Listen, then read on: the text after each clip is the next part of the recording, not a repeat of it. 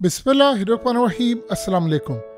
इस वक्त दुनिया की सबसे बड़ी डेवलपमेंट है कि डोनाल्ड ट्रंप और पुतिन ने 2 घंटे और 25 मिनट की गुफ्तगू की है। आप इमेजिन कर सकते हैं कि ये अब तक की सबसे बड़ी डेवलपमेंट है। ये कोई मुलाकात नहीं थी, लेकिन 2 घंटे 25 मिनट की गुफ्तगू, और ये तब हुई है कि जब अमेरिका के एयरक्राफ्ट कैरियर पर 4 हमले यमन ने किया, और यमन के हमलों के बाद ये इतने बड़े लेवल की जो गुफ्तगू हुई है, उससे आप अंदाज़ा लगा लें कि दुनिया को आखिरी जंग में धकेलने से रोकने के लिए गुफ्तगू थी। सबसे पहले समझ लें मामला क्या है और इसका मिडल ईस्ट, ईरान, इजराइल और ख़ास तौर पर यमन की जंग पर क्या असर पड़ने वाला है, जिसमें पुतिन की जानिब से मामला तय किए गए कि इजराइल ईरान पर हमला ना करे, और अमेरिका ने कहा है कि ईरान इसराइल के खिलाफ हमला ना करे। और यमन के हवाले से क्या पुतिन ने कहा है कि अमेरिका ये गलती ना करे, ये बड़ी तबाही है और ये पूरा मिडल ईस्ट जलाकर आकर देगी। यानी ट्रंप को एक वार्निंग सा साइन दिया है। देखिए, सबसे पहले समझे कि ये गुफ्तगू क्या थी। ये मामला जो हुआ है ये बड़ा ख़तरनाक था। इसमें मेन जो टॉपिक था वो था यूक्रेन के अंदर ये बताया गया कि जी हम एक दूसरे के एनर्जी सेक्टर पर हमला नहीं करेंगे, कैदियों का तबादला करेंगे, मैं जंग नहीं चाहता, फलाना नहीं चाहता, और जो कैदी हथियार फेंक दे हम उनको छोड़ देंगे कुछ रीजन पर।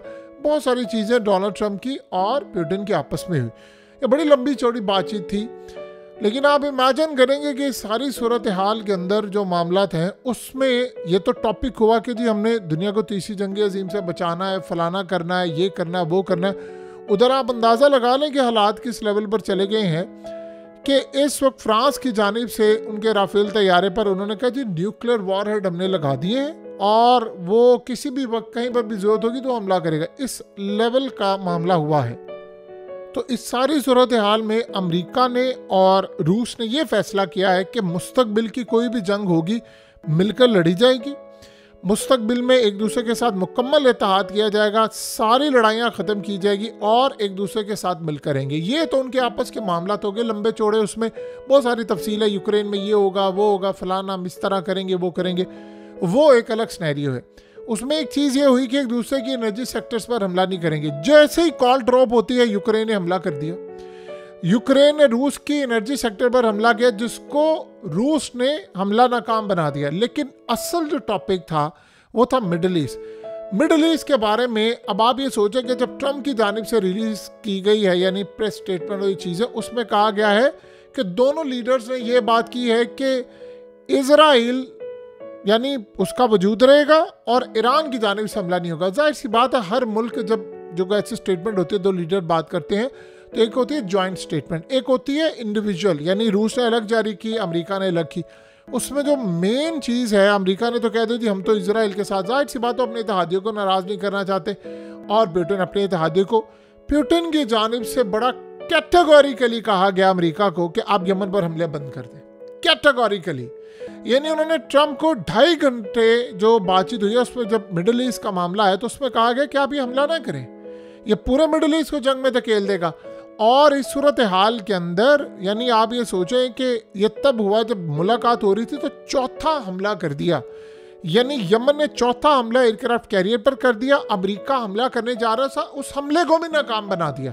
तो ये कोई छोटे लेवल पर बात नहीं थी। तो बड़ा क्लियर मैसेज भेज दिया इन्होंने कि आप ये हमला ना करें, और उसके बाद बड़ा क्लियरली बताया पुतिन की जानिब से कि वो ईरान के साथ खड़ा है, ईरान को सप्लाई देगा। वो ये कह रहे हैं कि आप इस लड़ाई को ख़त्म करें, बातचीत का आगाज़ करें और मामलात को तय करें।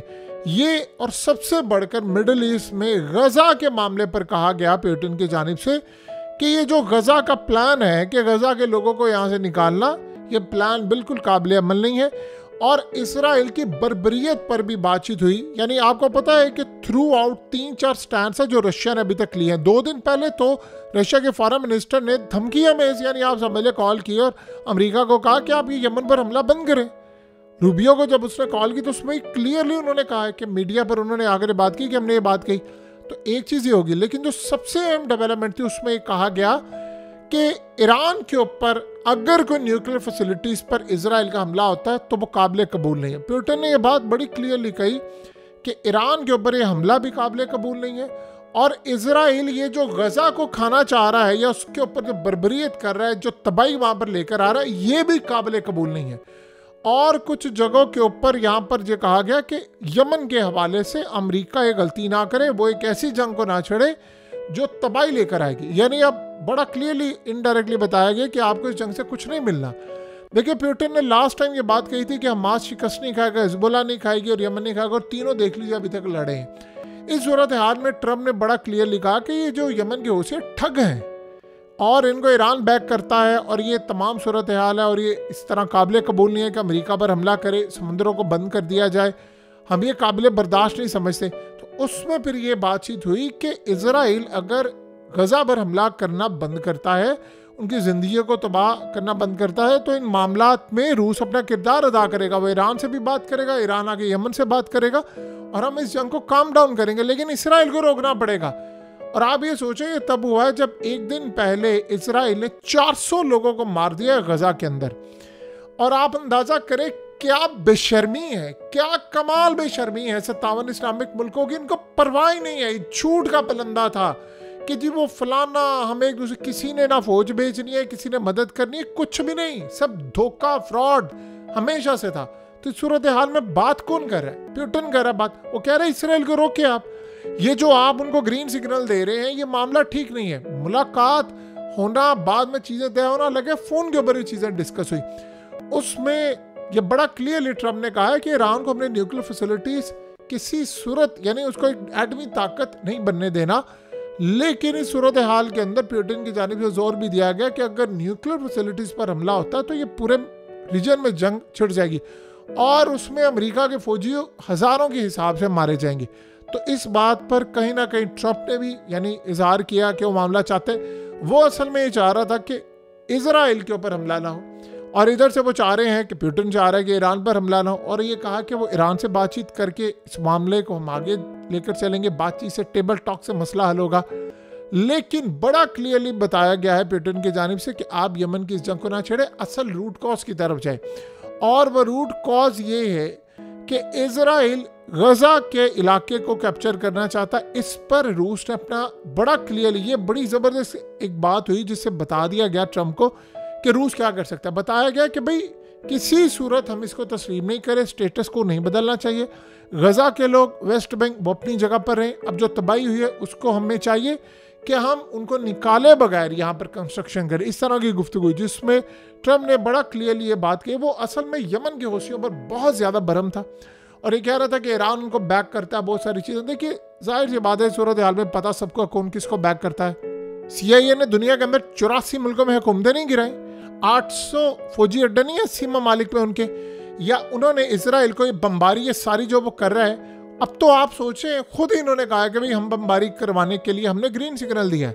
तो इस सूरत हाल के अंदर पुतिन ने बड़ा क्लियरली कह दिया है, इतनी बड़ी जंग के बाद कि आपने छेड़ दी, 2.5 घंटे बातचीत हुई है और ये मामला आर पार की तरफ जा रहा है। जाहिर सी बात है, देखिए, दो चीज़ें हुई हैं। एक तो रूस और अमेरिका के दरमियान जो इत्तेहाद होने जा रहा है सबसे बड़ा, उसमें फिर पुतिन और ने ये बात बड़ा क्लियरली कही है कि वो ईरान के साथ खड़ा। देखिए, वो कभी जिंदगी में ईरान को नहीं भूलेगा। याद रखें एक बात, 3-4 ममालिक को कभी जिंदगी में रूस नहीं छोड़ेगा, चाहे उसको मुस्तकबिल में अमेरिका के सबको छोड़ना पड़े। बेलारूस को उसने नहीं छोड़ना, मुश्किल वक्त में साथ था। चाइना, ईरान, और उसके बाद इराक, और ये ख़ास तौर पर जो दीगर ममालिक हैं इनको, और यमन को भी जाहिर सी बात सपोर्ट वो करते हैं, जो हम मास और इनको भी करते हैं, और हिजबुल्लाह को भी। ये सारी सूरत हाल। लेकिन जो मर्जी हो जाए, बड़ा क्लियर पुतिन की जानिब से कह दिया गया था कि इसराइल का कोई भी हमला, ये बड़ा मज़ेदार पॉइंट था यहाँ पर जो उन्होंने कहा कि कोई भी हमला यानी काबिल बर्दाश्त नहीं होगा मिडिल ईस्ट के हवाले से जो ईरान पर होगा।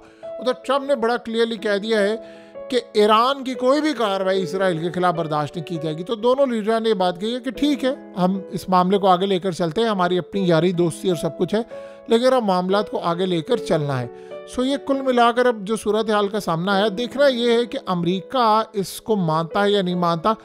आप अंदाज़ा करें ना कि ट्रम्प की और इसकी 2.5 घंटे की जो बातचीत हुई है, और इसमें तय हुआ था कि अब, यानी आप सोचें कैसी मज़ेदार बात है कि ट्रंप ने कहा कि हम दोनों यानी इस सूरत हाल को मेक श्योर करें कि ख़ास तौर पर रूस हमला नहीं करेगा इनके एनर्जी सेक्टर पर, और मैं यूक्रेन से भी बात करूंगा, वो नहीं करेंगे। अभी ये बात आप सोचिए कि फ़ोन अभी रखा नहीं है तो यूक्रेन ने इन पर हमला कर दिया, तो यहाँ से आप अंदाज़ा कर ले कि रूस ने तो कम से कम अपने आप को बाज रखा है, तो क्या यूक्रेन ने भी रखा है। आगे आप देखिए ज़ेलेंस्की क्या कहता है इनकी बातचीत के बाद। वो कहता है कि हम कुछ सैंडविच नहीं है, ये इनकी डिशेस नहीं है ब्रिटेन की, जो वो मर्जी चाहे ऑर्डर कर दे, फलाना कर दे। ये क्या, उन्होंने साथ ही हमला कर दिया। इस बात को मजीद मेक श्योर किया गया कि अगर अमेरिका को मुस्तकबिल में लड़ाई की चीज़ों की ज़रूरत पड़ती है तो नए ताल्लुकात रूस बनाएगा अमेरिका के साथ और सपोर्ट भी करेगा। बहरहाल एक बहुत बड़ी लड़ाई से पहले बहुत बड़ी गुफ्तगू हुई है, देखना ये है लड़ाई रुकती है या नहीं।